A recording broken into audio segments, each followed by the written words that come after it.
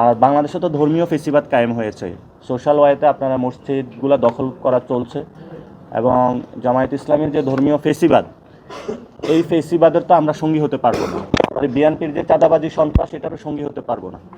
ফলত আমরা চাই দুইটি দলে আগামীর পার্লামেন্টে আমরা সংসদ করি, সবাই থাকি, সেখানে সন্ত্রাস, চাঁদাবাজি, দুর্নীতি এগুলো না থাকুক, ধর্মীয় ফেসিবাদও না থাকুক, একটি সুন্দর বাংলাদেশ আমরা প্রত্যাশা করি। সেই প্রসেসটা, জায়গাটা নিয়ে আমরা কাজ করছি। তো এখনো জোটের কোনো চিন্তা করি না, তবে আমরা বলেছিলাম যদি বিএনপি সন্ত্রাস, চাঁদাবাজি, দুর্নীতি এগুলো ছেড়ে আসে এবং সংস্কারে তারা পক্ষে থাকে, সেটাও আমরা ভেবে দেখবো। আবার যদি জামাত ধর্মীয় ফেসিবাদ এবং ধর্মীয় যে বিভাজনের সৃষ্টি রাজনীতি বাংলাদেশে করতেছে, সে জায়গা থেকে সরে এসেছে, সেটাও আমরা ভেবে দেখব।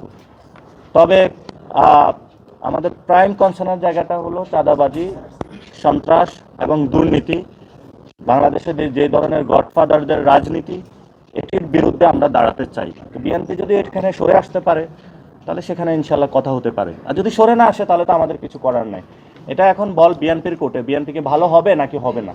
কমিশনকে যদি সংক্ষিপ্ত ওয়ার্ডে বলতে বলেন, আমরা এটাকে নির্বাচন কমিশন বলতে পারি না, বা ইলেকশন কমিশন বলতে, এটাকে ইঞ্জিনিয়ারিং কমিশন বলতে পারি আমরা। এই ইঞ্জিনিয়ারিং কমিশনে এসেছি, এখানে অনেক কিছু ইঞ্জিনিয়ারিং হচ্ছে। সো ইঞ্জিনিয়ারিং কমিশনের জায়গা থেকে আমরা আমাদের ফাইটটা করে যাচ্ছি, এবং সেই ফাইটিংয়ের জায়গায় আমরা সাপ্লাকলি অ্যাপ্লাই করেছি। বাট এখানে আমরা বলে যাচ্ছি যে ইলেকশন কমিশন যথেষ্ট স্বেচ্ছাচারী আচরণ করছে এবং ভবিষ্যতেও বাংলাদেশের মানুষের সাথে করবে। আমরা সেই জায়গায় ফাইটগুলো জারি রাখবে, শুধু এই প্রতীক প্রশ্নে না, তাদের অনেকগুলো বিষয় নিয়ে আমরা আমাদের ফাইটটা আরও বড় আকারে ধারণ করবো ইনশাল্লাহ।